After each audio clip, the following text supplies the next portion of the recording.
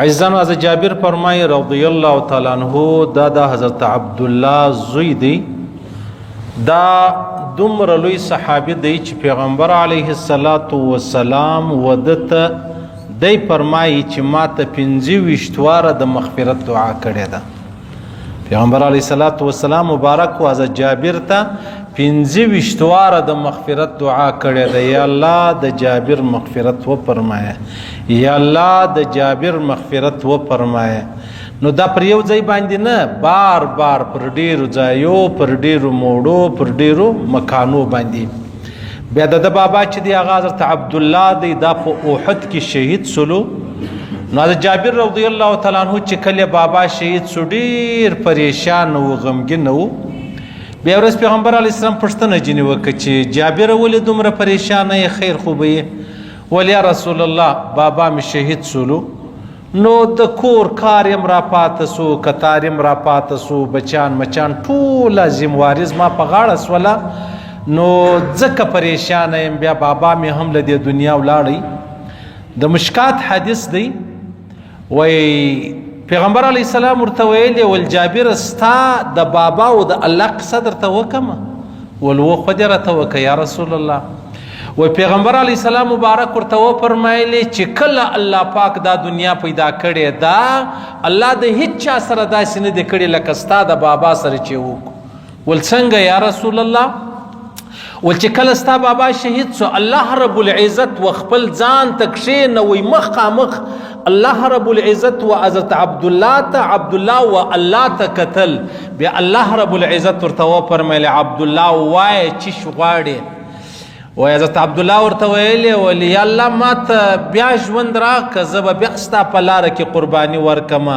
الله ورته وفرمیل زما قانون و عادت دا نه دی چې سړی واره مړ شي بیا د هغه څه مابعد دی بیا راپورته کېږي، دا کېدلی نسي. نور راته وایه. وی نور ده ویلې چې یا الله زما اولاد و بچان را خبر کړه چې زه ډېر خوشحاله یم، زه ډېر آباد یم. بیا هغه آیاتونه چې د شهیدانو په باره کې الله رب العزت را نازل کړلو چې تاسو و دې شهیدانو ته مړي مه وایاست، دا ژوندي دي و دې ته الله رزق ورکوي. خو ها زما او ستا د وهم، د ګمان، زما او ستا د مزاج، زما او ستا د عقل، د فکر په آخوا باندې خبرې دي، په دې خوا باندې نه دي. نو حضرت جابر وایي وی پیغمبر علیه السلام چې وفات کېدی فقط 3 ورځې مخکې، چې پیغمبر علیه السلام مبارک وفات کېدی فقط 3 ورځې مخکې ما دا خبره ځینې واورېدله چې پیغمبر علیه السلام مبارک وفرمیل لا یموتن احدکم الا وهو یحسن الظن بالله عز وجل، رواه مسلم. دا یې وفرمایلې چې په تاسو کې هر سړی مري په داسې حال کې دې مړ سي چې دی د الله په دربار کې ډېر ښایسته ګمان، ډیر شایسته امید او ډیر خوندور ځان چې کوم بلل کېږي دا به د الله په باره کې کوي. یعنی دا یې د مرګ څخه فقط 3 ورځې مخکې وفرمایلې چې تاسو کله مرئ نو تاسو پر داسې حال باندې مړه سئ. یعنی ما تعالی خو مرګ راځي، دا چې پایدرو کې پراته دي د غسې ژوندي و لکه ما او تا چې ژوندي یو، بیا هغه هم دغه خبرې اورېدې لکه نن چې ما او تا اورو. نو ما او تا به هم یو ورځ دغه نیستې سو لکه په دا ایدره کې چې پراته دي په آرام دي. نو خبره دا ده د الله رسول فرمایي چې کله تاسو مرئ په داسې حال کې مړ سئ چې الله ډېر مهربانه ذات دی، الله ډېر غفور رحیم ذات دی، الله رب العزت ته ډېر امید لرم، الله به ما ته عفو وکړي. یا الله ته ډېر عظیم یې، زما ګناوې ډېرې کوچنۍ دي، یا الله ته بخښلو والا یې، یا الله زه ګناه والا یم او تا ته امید لرم چې ته به ما بخښې. پیغمبر علیه السلام مبارک فرمایي الله رب العزت د بنده د ګمان مطابق ورسره کوي. الله فرمایي زه د بنده د ګمان مطابق ورسره کوم چې د زما په باره کې څه ظن و ګمان و امید و فکر و، الله فرمایي هغسې ورسره کوم. څه معنا دا ده. پیغمبر علیه السلام مبارک فرمایي یو سړی به الله رب العزت له جهنم راوغواړي چې راویې غوښتي، بیا به د الله په دربار کې پیش شي، ورته وبوایي دونه چغې وایي، دونه بغارې وایي، داسې حال دې جوړ کړی دی. هغه وایي الله ډېر په عذاب یم، ډېر په عذاب یم. نو الله ورته وفرمایي پلانۍ ګناه دې په یاد هغوی خود مې په یاد ولې مې نه ده په یاد الله ورته وفرمایي د دغه ګناو د وجې ما استولی جهنم لره ځه ورسه په مخه دې ښه سه دی چې روان سي جهنم لره بار بار شاته ګوري یو واره شاته وګوري بیا روان سي بیا شاته وګوري الله یې راوغواړي پوښتنه ځینې وکړي ولې شاوخوا ګورې ولې شاته ګورې وایي الله تا چې کله غږ وکړي تا چې اعلان وکړي تا چې بلنه وکړه تا چې زه راوغوښتم زما دا امید سو چې الله پاک وبخښلې هغه بیرته تازه جهنم لره واستولمه پیغمبر علیه الصلاة والسلام مبارک فرمایي الله رب العزت د دغه سړي د دغه ساعت کې امید الانکه امید خو سړی په دنیا کې و الله ته کوي چې هغه بیا مطلب ما او تا مکلف د دې خبرې په آخرت کې خو هر جهنمی هر کافر و الله ته امید لري نو الله رب العزت و د دې سړی په باره کې د معافی اعلان وکړي ته زما په باره کې داسې امیدواره یې داسې زما په باره کې ښه ګمان لري و یا الله به وفرمایي ځه په مخه دې ښه ځه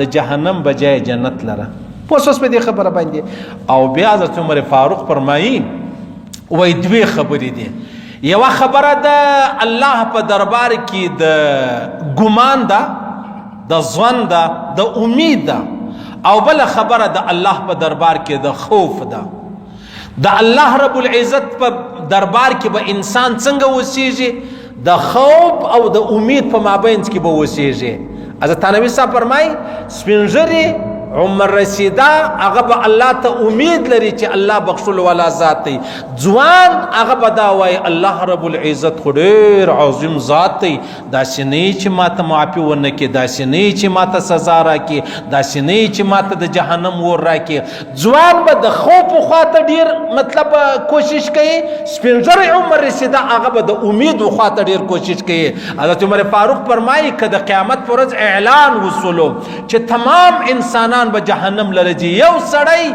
دا به جنت لرجی دی زما دا امید دی د الله په دربار کې چې هغه به زایم هغه به ما واسطه جنت لره او بیا که اعلان وس ټول به جنت لرجی یو سړی به جهنم لرجی وای زه د الله سره دومره بیریږم همدغه زما ګمان دا دی چې یاره دا سړی به زایم ولې زه ډېر ګناهګاره یم زه ډېر بېلارې یم ولې ما مطلب د الله فرمانبرداري هغسې ونه وکړه لکه څنګه چې الله امر کړی و نو زه بیریږم همداسې نه چې هغه سړی زایم حضرت عمر فاروق ورځ دعا شروع کړه یا الله ویلې پر دا بزرګۍ پر دا عباداتو پر دا ذکر و فکر جنت نه غواړم پر ګناه و جهنم راکوه دا زما او ستا سودا ده سر یا الله پر ګناه و ما ته جهنم راکوه پر نیکۍ زه جنت نه غواړم دا زما او ستا سودا ده یا الله زما سره دغسې وکړه څونه عجبه خبره ده موږ ګوره ګناوې هم کوو دلاوره هم یو پر هغه ګناه باندې سربیره بیا بله ګناه پسې کوو او بیا د هغه ګناه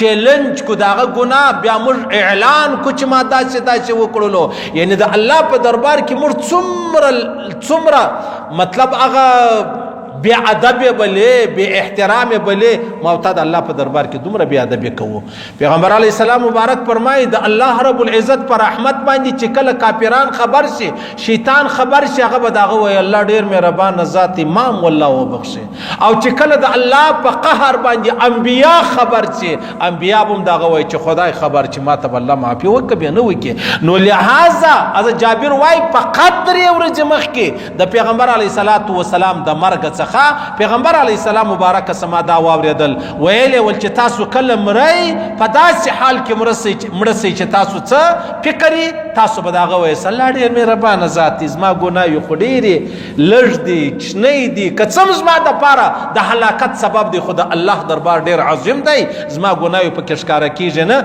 په دغه وجه به الله رب العزت څه وکړي الله رب العزت په معافي ورته وکړي هغه یو حدیث کې راځي یو سړی سپین ږیری و نو دی چې کله وفات کېدی نو بیا یې زامنو ته وویلې چې تاسو څه وکئ تاسو چې کله زه مړ سولم بیا ما وسوځئ بیا ما ایرې کوئ نیمه سمندر ته ورکئ نیمه هوا ته نیمه مطلب پر خشکه باندې وغورځوئ مړ سو دغسې ورسره وکړو چې وی کړلو الله رب العزت امر وکړي دایره سر راټول کړلې بیا چې راټول کې د صورت او جسد جن جوړ کړي د انسان کې خبره ور سره وکړي ویلې ول دا کار دی ولې وکړي ستا څه فکر دی چې زه تا نه سم راټولولې هغه ولې الله ستا پر ربوبیت زما قسم زما دا یقین چې ته ما راټولولې سي خو ستا د خوف ما دا کار وکړي ما لبیر دا کار وکړي الله فرمایي ته ما دومره بیریږي او زه له تا دومره بیریدم الله رب العزت پر دا خبره ودته معافي وکړي صحیح سلو دا مخکې خبره د اسلام سره مخکې د یو چا خبره پیغمبر علیه الصلاۃ والسلام مبارک او ما او تا تکشیر شو ولا نو څومره لوی خبره ده او څومره انتیکه خبره ده الله دې را نصیب کړي الله دې خپل یاري را نصیب کړي الله دې خپل تعلق را نصیب کړي الله رب العزت دې خپل دوستی را نصیب کړي الله رب العزت دې من شړل خپل دربار الله دې من مردود کوي خپل دربار الله رب العزت دې نه پس اخلي خپل دربار د خپل عظمت د خپل وحدانیت د خپل احدیت د خپل صمدیت په خاطر دې الله پاک موږ قریبان عزیزان ټول عالم مسلمانان په خپل دربار کې قبول کړي الله رب العزت دې ځای ورکړي الله رب العزت دې جن راضي سي الله دې رحم باندې وکي الله پاک تر څخه راضي سي چې کومه ګناوي مې کړې دي پر هغه پښیمان یو پر هغه توبه گزار یو پر هغه د الله سره معافي غواړو الله رب العزت مشته معافي چې د هغه وکي دا بل حدیث دی عزیزانو پیغمبر علیه الصلاۃ والسلام مبارک فرمایي مسند امام احمد طبرانی دواړو را نقل کړی دی ولجددوا ایمانکم تاسو خپل ایمانونه تازه کړئ صحابه پوښتنه وکړه قیل یا رسول الله وکيف نجدد ایماننا سره کوم د خپل ایمانونه تازه کوي سره کوم تازه کیږي پیغمبر علی السلام مبارک فرمایل اکثر من قول لا اله الا الله دا تور ډیر وایست چې شوایس لا اله الا الله دا ډیر وایست په دې باندې ستا ایمان تازه کیږي پیغمبر علی السلام مبارک فرمایي چې تاسو کله ماخستم پرې وځي کلمه شریفه وایس بغیر د کلمې مپریوز ولی دا ایمان داسې مثال لري عزیزان لکه د ازما استاد جامع و دا جامع چې څومره ورځ ور باندې تیریږي دا خیرنیږي چې څومره شپې ور باندې تیریږي دا خیرنیږي نو چې کله لږ ښه خیرنېدو ته سولې ما تا دغه وباسو بیا دا کپړې پریمځو په سرپ په صابون په پلاني او په پلاني بیرته صفاسي بیا ما تا واغوندو پیغمبر علی السلام مبارک فرمایي دا ایمان هم د غسي څشکیږي زړیږي دا ایمان هم څنګه زړیږي زړې دا مانم چې ما تا ګناه کوو ګوره چې دا ما ته د باندې ووتلو په خاورو کې په درختو کې په غرو کې ګرځو را ګرځو کپړې خرنیږي او داسې د ازما او ستا ایمان بیا د الله په نافرماني باندې چشکیږي زړیږي ګناه مې وکړه غیبت مې وکړي بهتان مې وکړي غلط نظری مې وکړه غلط گویایي مې وکړه غلط مې واورېدل صحیح سلو اوس ایمان ته تاوان ورسېدی نو د الله رسول فرمایي څه چم وکړه خپل ایمان چې دی هغه تازه کا څنګه تازه کم لا اله الا الله تاسو وایس بیا تاسو ایمان چې دی هغه تازه کیږي بیا پیغمبر علیه الصلاۃ والسلام مبارک فرمایي دا ایمان داسې دی لکه دغه پر کپړو یا غزمشته کندار والا شایسته پټوګان جوړي دا کار یې کړی چې ډېر وخت ور باندې تیر سي دا کار ډېر مطلب خسته ښکاره کیږي لکه کله کله باغوانانو دا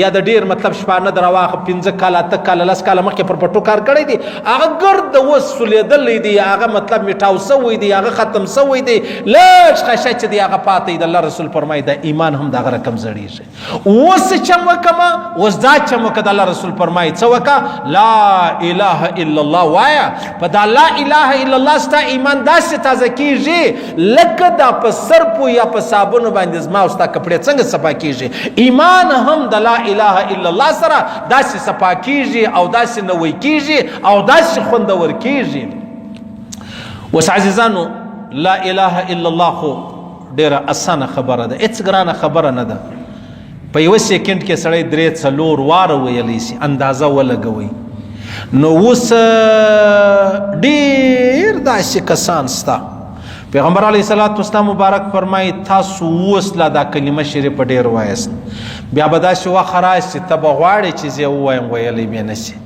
یا به ناجوړه شي یا به فل شي یا به ګونګی شي یا به بېهوشه شي یا به په کومه کې شي صحیح سلو یا به دومره لوی مشکل در باندې راشي چې ته به د ځان په غم په ویر اخته یې کلمه به ویلی نه شي اوس یې لا وایست هر وخت وایس لا اله الا الله لا اله الا الله. بیا نه تعداد غواړي، نه وخت غواړي، نه اودس غواړي، نه غسل غواړي، نه صفا کپڑے غواړي، هیڅ یو شی نه غواړي. دا الله زموږ سره خپله مهرباني کړې ده چې وما او تا ته بغیر د اوداسه هم بغیر د غسل هم دا کلمه چې دغه راجایزه کړه چې څومره ویلی سي هغومره ووایه او هغومره الله پاک راضي کیږي.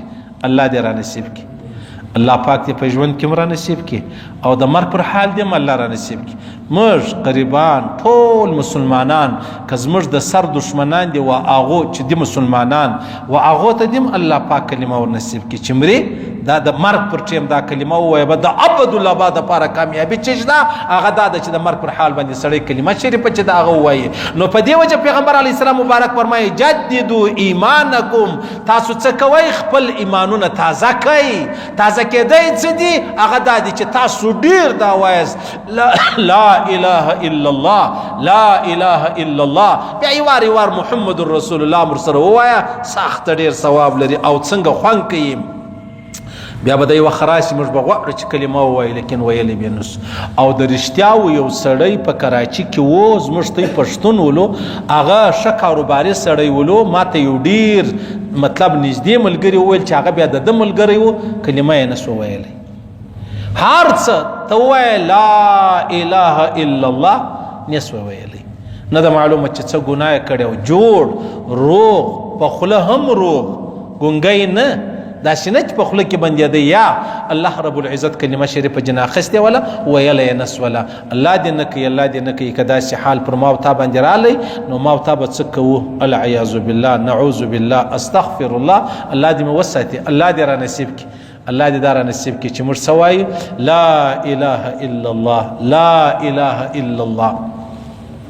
دا بل حدیث دی عزیزانو، پیغمبر علیه الصلاة والسلام مبارک فرمایي وایي زه تاسو ته در وښیم نوح علیه السلام چې و خپل بچانو ته یا خپل بچی ته وصیت کوي، څنګه وصیت ورته وکړي؟ وایي نوح علیه السلام خپل بچی ته ویلې ول زه تا ته د څلورو خبرو لاره در ښیم، دوې خبرو د کولو او دوې خبرې د نه کولو، دا به کوې نه. اولنۍ خبرې دا ور وښوله چې ته چې شوایه دا وایه لا اله الا الله لا اله الا الله. فرمای وای چې کله دغه لا اله الا الله دا پر کاغذ باندې ولیکه، ودې لیکله دا ترازو را واخله، د قیامت پر ورځ میزان ترازو ستا و، دا د میزان د ترازو په یوه پله کې دا پر کاغذ باندې لیکلي لا اله الا الله دی. دا اوم ځکې و اسمانونه د ترازو و دا بلې پلې ور واچوه. لا هم نوح علیه السلام فرمایي چې ای زویه، یا پیغمبر علیه السلام مبارک فرمایي، یا موسی علیه السلام فرمایي وایي دغه یوه کلمه پر دا اوم ځکو اسمانو باندې بهاري ده، درنه ده، سنګینه ده او وزنه ده. اوس سړی وایي چې یاره دا لا اله الا الله نو وستا د عقل مطابق ده دا خبره، دا نو عقل منی په ترازو کې دا په یوه پله کې کښېږده او دا ټوله اووم ځکې اسمانونه په بله پله کې کښېږده، دا نو څنګه کېدلی سي؟ کله کېدلی سي؟ زه به یو ډېره اسانه خبره درته وکړم. یو سړی له اسمانه رایلکه دومره زور نه ورته غواړي، دا اووم ځکې و اسمانونه د ده پر سر باندې ورکښېږده دومره زور نه ورته غواړي لکه چې یو سړی بې باکه خبره، بې ځایه خبره، مطلب شکنځا را واخله، یا بې ادبي ماپ الله دې نه کوي، یا و مور ته یا و خور ته یا و لور ته یا و ښځه ته څوک بد ووایي د چا، نو هغه وایي چې دا اووم ځکې و اسمانونه دې پر ما راغورځولي وای، دا راته اسانه و، دا مې زغمل، دا مې برداشتول، خو دا خبره نه برداشتول. په فکر کې مې نشته خبره راځي؟ خبره دا معنا ده ګوره ترازو د الله په دربار کې دی، نو دا اووم ځکې و اسمانونه خو الله پیدا کړي دي، دا وزن هم الله ورکړی دی، و د الله په دربار کې به دا ترازو ایږدي، زما او ستا په دربار کې نه، زما او ستا په دربار کې خو د یوې روپۍ قیمت بالا دی، نعوذ بالله تر لا اله الا الله. د الله په دربار کې خبره دا ده چې دا لا اله الا الله کم وزن لري، دا اووم ځکې و اسمانونه هغه وزن نه لري، هغه قیمت نه لري. نو په دې وجه نوح علیه السلام ورته ویلی چې زویه دا ډېر وایه لا اله الا الله لا اله الا الله. او بیا پیغمبر علیه السلام مبارک فرمایي ما ته یوه کلمه را معلومه ده او دغه کلمه چې یو سړی ډېر په اخلاص د زړه ووایي او پر داغه باندې مړ شي د الله رسول فرمایي پر هغه د جهنم ور حرام دی. صحابه به پوښتنه کړي یا پیغمبر علیه السلام مبارک وفرمیل درویشه یم هغه کلمه؟ خود یا رسول الله خود راورشه کلمه کومه کلمه ده؟ ول هغه دا کلمه ده چې سړی وایي لا اله الا الله محمد رسول الله. د الله رسول فرمایي ما ته یو داسې کلمه را معلومه ده چې سړی دا کلمه په اخلاص ووایي د زړه ووایي بیا الله رب العزت پر ده باندې جهنم حراموي. درویشه یم هغه کلمه و خود یې راورښیه ول هغه کلمه دا ده لا اله الا الله لا اله الا الله. او چې کله تاسو دا لا اله الا الله ووایاست الله رب العزت به د دې کلمې په خاطر چې تاسو ورباندې مړه سواست پر تاسو جهنم حرام کی او جنت چې دی هغه به ستاسو دپاره چش کی هغه به واجب کی. او بیا بل خبره دا د عزیزانو چې موسی علیه السلام د الله په دربار کې خواست وکړي ولی الله یو داسې کلمه راوښیه یو داسې ورد راوښیه چې زه وایم خالص زما او ستا تعلق سره. لکه چې کله کله زموږ په کورو کې کور ته مې جلا نمبر اخستی یا د ځان نمبر یو نمبر د کور دپاره دی یو د جهان دپاره دی هغه د کور نمبر چې کم کنټیکټ راځي هغه د کور سره خاص راځي د بل چا سره بیا هغه نه راځي. صحیح سلو اوس که چیرې هغه د عام نمبر سړی کور ته هم ورکړي نو کله کله خو سړی بیا هغه نمبر بندوي نو غواړي چې زه د جهان څخه ځان خلاص کم څه په آرام سمه نو دلته د کور څخه څنګه ځان خلاصوي نو نوی نمبر واخلي. دلته موسی علیه السلام هم ویلي ولی الله یو داسې ناولده تورې راوښیه چې زه هغه وایم او بس پر هغه باندې بیا ما او تا مطلب تعلق. الله ورته وفرمیل دا وایه لا اله الا الله. وی الله دا خو نو تا ګر جهان ته ورښولې ده دا ټول اسلام ته تا ورښولې ده ټول انسانیت و فرشتو و جناتو دې ورښولې ده. الله ورته وفرمیل ای موسی که چیرې د دې کلمې څه په اخوا بله کلمه وای وزني نو ما تا ته هغه درښولې وای و مځکې و اسمانونه د میزان ترازو په یوه پله کې واچوه دا لا اله الا الله پر کاغذه ولیکه دا د میزان په بله پله کې دا ورباندې بهرې ده ورباندې درنه ده. نو موسی علیه السلام ته چې الله کم ذکر ورښولی دی هغه یې و ما او تا ته هم راښولی دی. صحیح سلو څه به وایي لا اله الا الله. او عجبه بله درته کوم کم سړی چې په کمو خبرو په ژوند کې ډېر امختی د مرګ پر حال به هم هغه خبرې د خولې ویسي ورسئ هسپتال له ورسئ د زړو واډ له ورسئ ډاکټران له ورسئ د دې پر لاس باندې څوک مري ته پوښتنه ځینې وکړه چې دا خلک مري دوی څه وایي یو نارې وایي یو شکنځا کوي یو غزلې وایي یو شعرونه وایي یو پلانۍ کوي بل پلانۍ کوي. وجه څه ده؟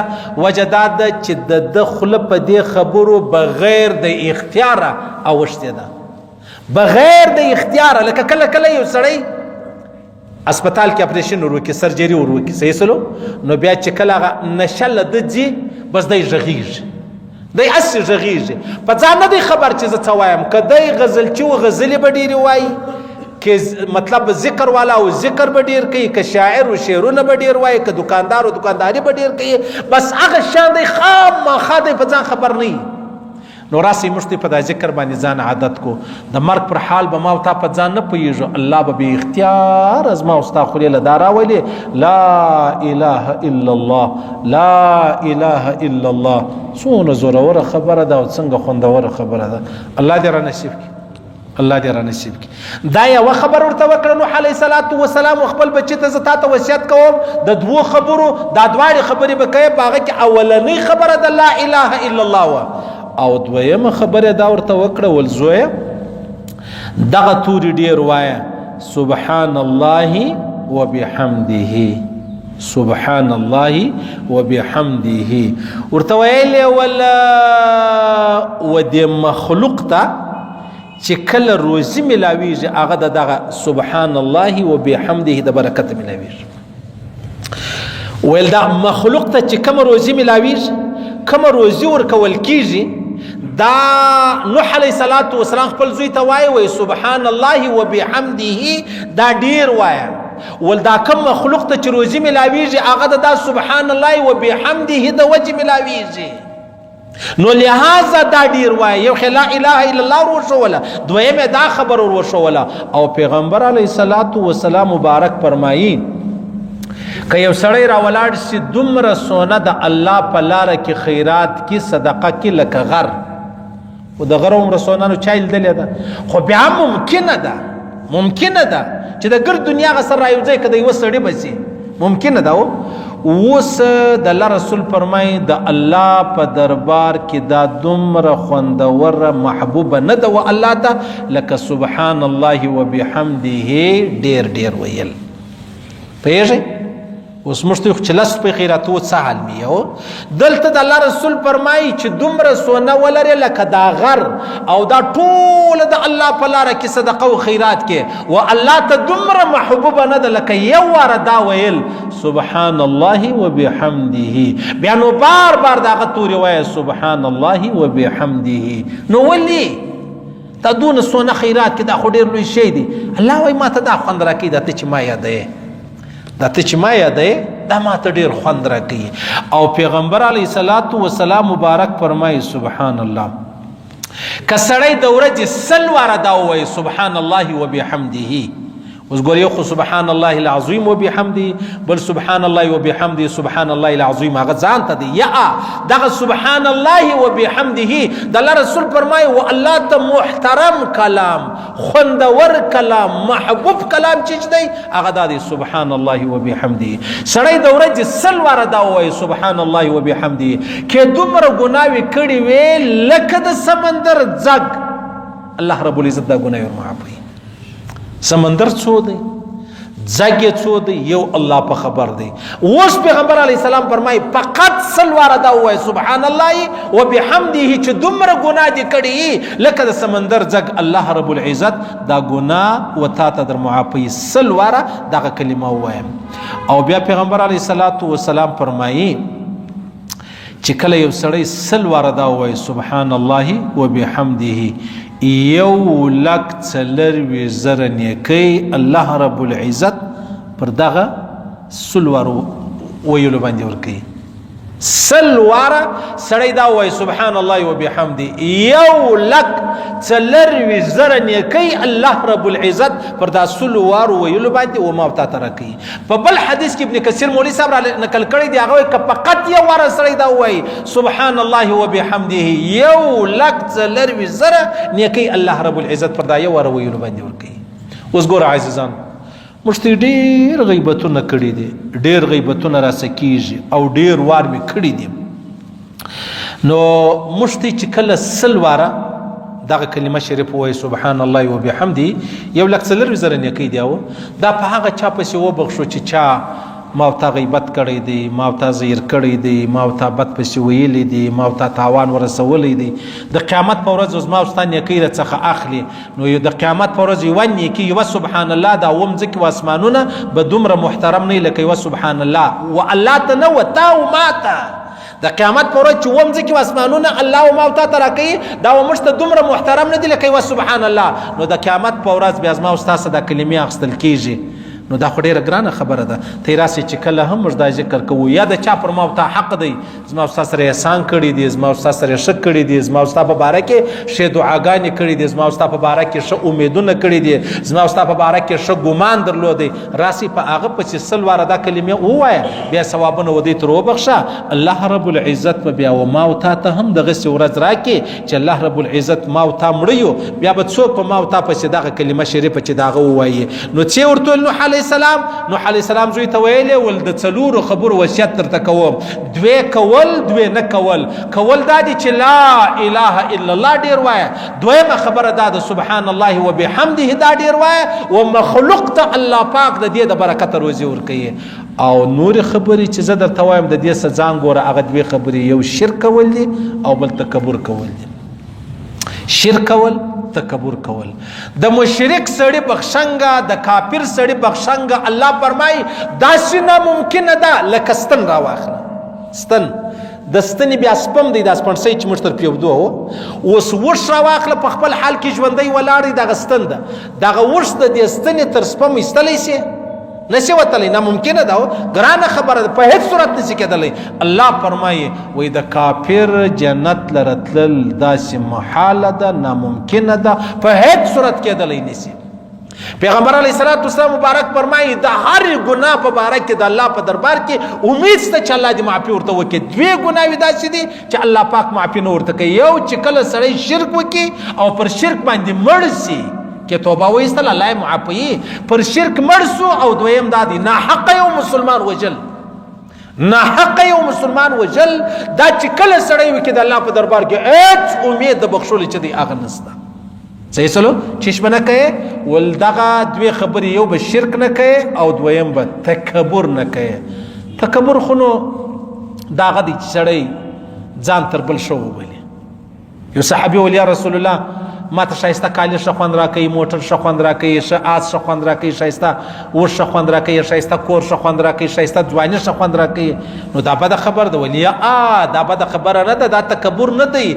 تکبر دې ته وایي چې ته ځان تر بل افضل وبلې، ځان تر بل ښه وبلې، بس دغه تکبر دی. زه وګوره ته وګوره، ما ته کم حیثیت دی، ستا کم حیثیت دی.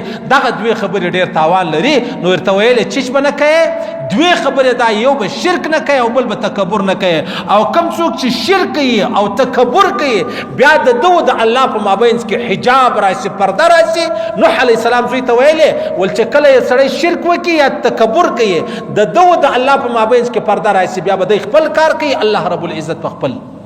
صحیح سلو بیا د دو د الله په مابین چې کله پرده رااله بیا الله رب العزت هیڅ کله دا سړی بخښنه چې کله یو سړی چې شو کې شرک وکي یا تکبر کوي نو شرک به هم نه کوي. الله دې مې وساتي، الله دې مې وساتي.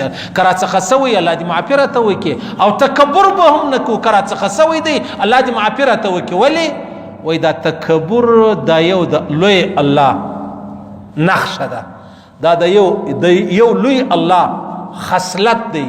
د لوی الله سره شای تکبر ولی نه مرګ لري، نه غم لري، نه ژړا لري، نه درد لري، نه مصیبت لري، هیڅ یو مشکل پر الله نه راځي. نو تکبر لوی دی یو الله سره شخوان کوي.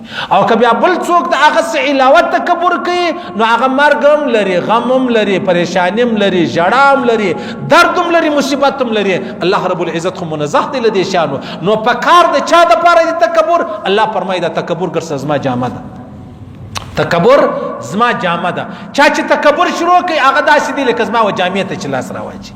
نو څوک چې الله و جامې ته لاس ورواچي ستا څه خیال هغه به آباد شي؟ د الله رسول فرمایي هغه به بربادیږي، هغه به خرابیږي، د هغه به کور خرابیږي. ونه شرک دا نه معنا چې موږ راولاړ سو بت ته سجده ولګو الله رب العزت موږ مطلب پرېږدو. شرک دا معنا نه، دا هم شرک دی. سړی رالی قبر ته دا قبر یې مچه کوي، علما سخت کبیره ګناه ده بلی. او یو سړی رالی پر دا قبر باندې سر کښېښوي. صحیح سلو په اسلام کې دا شیان نشته، په هیڅ صورت باندې نشته. الله رب العزت د دې خبرو هیڅ چاته اجازه نه ده ورکړې، ضرورت یې نشته. کستا هغه یو د الله په دربار کې د خپل سر چې دی هغه کښېږده. نو چې دا سر دې کښېښوي دا عاجزي سوه، خاکساري سوله، او دا د الله په دربار کې بندګي سوله، او په دې الله خوشحاله کېږي. نو په دې وجه نوح علیه السلام زوی ته ویلې ول یو به شرک نه کوي، بل به تکبر نه کوي. شرک هم د سړي کور خرابوي، تکبر هم د سړي کور خرابوي. شرک الله رب العزت منزه دی، الله ضرورت نه ورته لري. او تکبر د الله سره شای، د بنده سره شای نه. حضرت ابوبکر صدیق فرمایي چې یو سړی د ورځې بیا د بید ډېره معافې خپلې غټي بول دی د ورځې خپل 2 واره صفا کوي او هغه بیا تکبر کوي. دا ډیره ګرانه خبره نه ده. یو سړی د 2 بیا د بید معاف شرمګاو څخه پیدا سوی دی بیا د تکبر کوي، بده خبره نه ده، ډیره بده خبره ده. الله دې مو وساتي. الله رب العزت مشته د لا اله الا الله سره ژوند را نصیب کړي. مرګ دې الله رب العزت د لا اله الا الله سره نصیب کړي. نوح علیه السلام چې خپل بچی ته کوم وصیت کړی دی هغه وصیت ما او استاد پاروم دی. الله دې موږ پر هغه وصیت باندې وپالي. الله پاک ته ویل اوریدل قبول منظور وګرځي. الله دې خپل احکامات د جناب نبی کریم مبارک صلی الله علیه وسلم طریقې را نصیب کړي. پر دې تور موږ قریبان عزیزان ټول عالم انسانیت الله پر دې تور باندې مړ کړي چې مړي دا ویلا اله الا الله محمد رسول